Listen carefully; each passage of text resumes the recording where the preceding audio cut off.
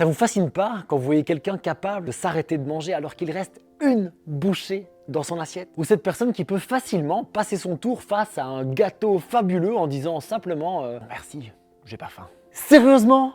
Mais comment vous faites? De toute évidence, il est facile de constater qu'ils sont loin d'être la norme aujourd'hui, mais ils ont l'air tellement bien, tellement sereins avec leur alimentation que j'ai voulu en savoir plus. Et après mes recherches, j'ai pu déceler les 5 caractéristiques de ces gens pour qui l'alimentation ne semble jamais être un problème. Ok, première chose, un truc qu'on doit tous apprendre à faire mieux, profiter sans culpabiliser. Si vous êtes là avec moi dans cette vidéo, c'est que vous aussi, vous faites des écarts à votre alimentation et malheureusement, parfois, vous culpabilisez quand vous les faites parce que vous tenez tellement à tenir le coup et à faire les bons choix constamment. Et parallèlement à ça, on peut voir ces personnes qui mangent très tranquillement au quotidien et quand elles font un écart sur leur alimentation, le vivent hyper bien, sans culpabilité aucune et sans les conséquences négatives qui vont avec. Alors pourquoi c'est tellement important de profiter sans culpabiliser? La première chose, c'est qu'une bonne digestion se fait en rest and digest, quand on profite du moment, quand on est dans le calme et encore mieux quand on socialise avec plaisir. Même Fred avec son cancer du côlon nous le raconte. Moi qui ai vécu en Asie longtemps, qui ai épousé une femme chinoise et qui suis un fan de grande cuisine chinoise, pour moi le régime anti-cancer c'est la mort de l'âme quoi. Et de temps en temps, je vais Nouvel An chinois ou un truc exceptionnel. Je vais me faire un repas asiatique avec la totale, quoi. Le riz, le porc laqué, le canard laqué, le truc, le machin. Et je me dis, demain je vais morfler, quoi. Mais j'ai un sourire jusque-là. Et le lendemain, rien. Mais il est probable que, comme moi, vous aussi vous êtes déjà retrouvé après un repas écart à culpabiliser, à mal digérer, mal dormir et à vous sentir hyper mal le lendemain. Ça m'amène à un point sur lequel je veux absolument insister, alors lumière. La culpabilité, ça fait faire de pires choix par la suite, comme par exemple tout défoncer lors du reste du repas, juste parce qu'on se dit j'ai foiré, foutu pour foutu, je vais me taper tout ce qui passe, on s'en tape. Et le contre-pied de ça, c'est pas mieux. Je vois énormément de gens qui vont avoir tendance à se sous-alimenter pendant 2, 3, 4 jours pour compenser un écart préalable. Mais le problème de cette sous-alimentation, c'est qu'en plus de ne pas vraiment résoudre le problème de culpabilité, elle va nous donner faim. Et quand on a faim, on fait quoi? Quand notre corps manque de nutriments, il fait quoi?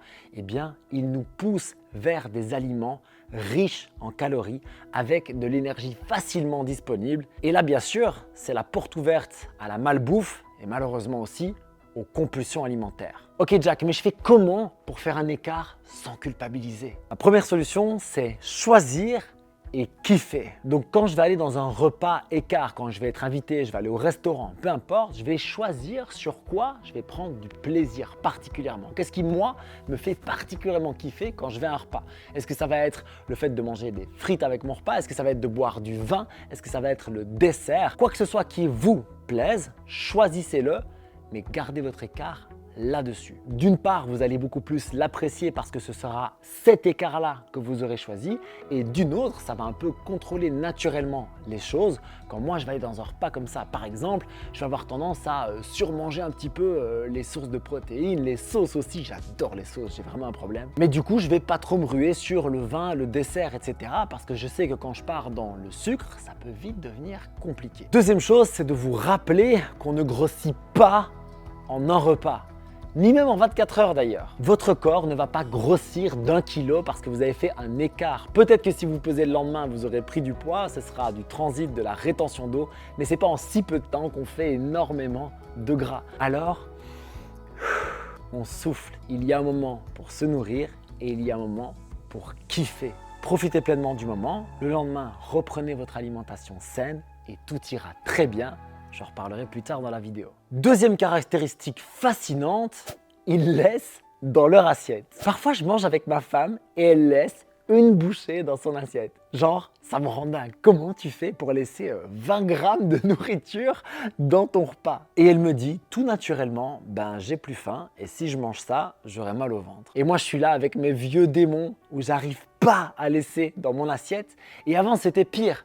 j'arrivais même pas à laisser dans le plat. Je sais pas si vous imaginez, ça veut dire que quand je faisais par exemple un plat de purée, vous savez le plat hyper régressif que je faisais avec ma grand-mère, que j'aime depuis toujours, eh bien j'avais beau me faire des portions dans mon assiette, aller m'asseoir à table, etc., je revenais toujours à la casserole jusqu'à ce qu'il n'y en ait plus un gramme. Pourtant, savoir laisser dans son assiette, c'est capital. C'est ça par exemple qui va nous permettre de retrouver la sensation de satiété. Prendre le temps de se dire est-ce que j'ai assez mangé ou non et laisser dans mon assiette si je n'ai sincèrement plus faim, je sais que c'est une épreuve incroyable, mais ça peut tout changer. Ce qui est très cool quand on va faire ça, c'est qu'on va aussi accepter d'être rempli aux 2/3, aux 3/4 et pas forcément ultra full en mode oh, j'en peux plus à la fin du repas parce qu'il n'y a que ça qui nous fait dire qu'on n'a plus faim. Et je le redis, je sais à quel point c'est difficile, mais j'ai une technique pour vous. Bon, je vais être cash, ça s'entraîne. C'est un muscle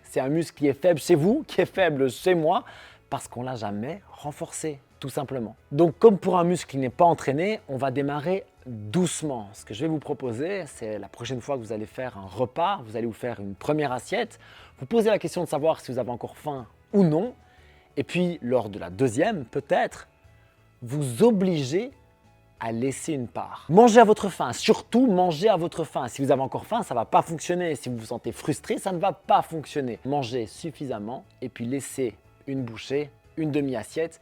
Obligez-vous à laisser dans votre assiette, mais, et c'est super important, emballez-le pour le manger le lendemain. Ça va vous retirer la culpabilité de « on gaspille ». Pense à tous ces gens qui n'ont pas à manger. Toute cette culpabilité que l'on peut avoir, notamment parce que nos parents nous l'ont bien inculqué, eh bien elle peut disparaître si vous gardez ces portions et que vous ou votre famille en profitez le lendemain. À force d'une bouchée, d'un demi-plat, etc., ça va devenir naturel. Faites-le tous les jours pendant 2 semaines par exemple. Le plus difficile, ce sera au restaurant. J'en ai bien conscience, mais le fait de retrouver la sensation de satiété, ça vous fera faire des meilleurs choix plus facilement. Une autre caractéristique des gens qui mangent sainement, facilement, c'est qu'ils embrassent la monotonie. J'ai des amis qui mangent la même chose matin et midi depuis des années et qui sont hyper bien avec ça. Le seul repas qu'ils font varier, c'est le repas du soir parce qu'ils sont en famille, parce qu'ils prennent un truc à emporter ou qu'ils vont au resto avec des amis par exemple. Et je vais encore vous parler de ma femme, Amy, qui mange le même petit déjeuner depuis 9 ans. Je le sais parce que c'est moi qui lui fais tous les matins. Et ça lui va très bien, elle a une bonne énergie, elle digère bien et ça continue de lui plaire après ce temps-là. Mais surtout pour elle, c'est pas hyper important. Tant que ce repas fait le taf,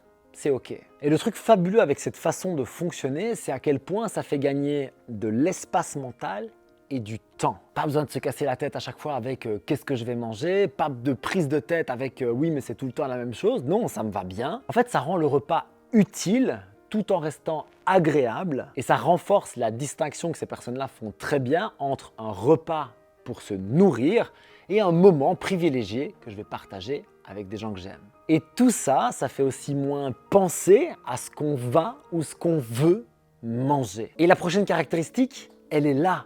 Ces gens-là pensent beaucoup moins à la nourriture que nous. En fait, pour eux, la nourriture, c'est soit un outil, soit un plaisir. C'est-à-dire que soit j'ai faim et je vais me nourrir, donc c'est cool si c'est bon, mais c'est pas la priorité. Soit je vais vraiment me faire kiffer, je vais aller au resto, je vais préparer un bon repas avec la famille, et là je vais en profiter pleinement, mais je vais quand même m'arrêter quand j'aurai plus faim. Et là j'ai vraiment envie d'insister sur la notion de satiété. Si comme moi votre relation avec la nourriture est un petit peu difficile, vous pouvez avoir tendance à sous-manger par la peur de grossir, par le fait de compenser des compulsions, par le fait de compenser des écarts, comme j'en parlais plus tôt, on peut avoir tendance à se sous-nourrir lors de repas, voire de jours entiers. Et ça, franchement, c'est un drame. Même si vous voulez perdre du poids, c'est pas la solution de vous sous-nourrir, parce qu'un tas de problèmes vont en découler. Bien sûr, la frustration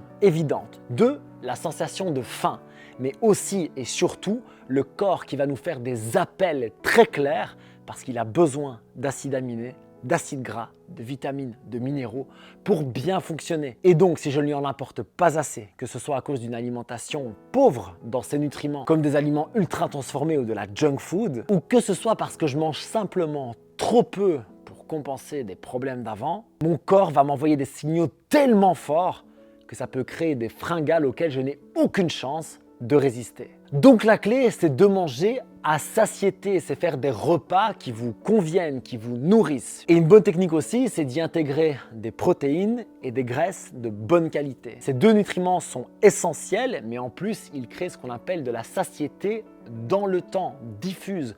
Pendant plusieurs heures, vous allez avoir moins faim, vous allez vous sentir nourri, calé. Et ce sera donc bien plus facile de faire des meilleurs choix alimentaires, mais surtout d'arrêter de penser à manger toutes les 10 minutes. Parce que quand je mange un croissant, que j'ai la dalle, ou pire, que je me force à jeûner, je pense juste à la nourriture toute la journée et je sais à quel point c'est malsain. Et la dernière caractéristique, qui aurait pu être la première, c'est qu'il ne lie pas d'émotions à l'alimentation. Bon, je dois le dire, je blâme sérieusement nos parents et nos grands-parents pour ça, mais on a tous tendance à avoir un lien émotionnel beaucoup trop fort avec l'alimentation. Oh ma chérie, tu es triste, on va aller manger une glace. Oh bravo mon amour, tu as réussi ton examen de français, allons au McDo. Ah, ça fait longtemps qu'on ne s'est pas réunis, si on faisait un bon gâteau tous ensemble. Tous ces moments sont cool, réconfort, gentillesse, récompense, c'est magnifique. Mais quand c'est systématique, on crée chez l'enfant, l'adolescent et plus tard à l'âge adulte, une relation avec l'alimentation dont on peut difficilement se défaire. J'espère que vous l'avez compris depuis le début de la vidéo. Je ne dis pas qu'il ne faut pas de réconfort. Je ne dis pas qu'il ne faut pas de récompense.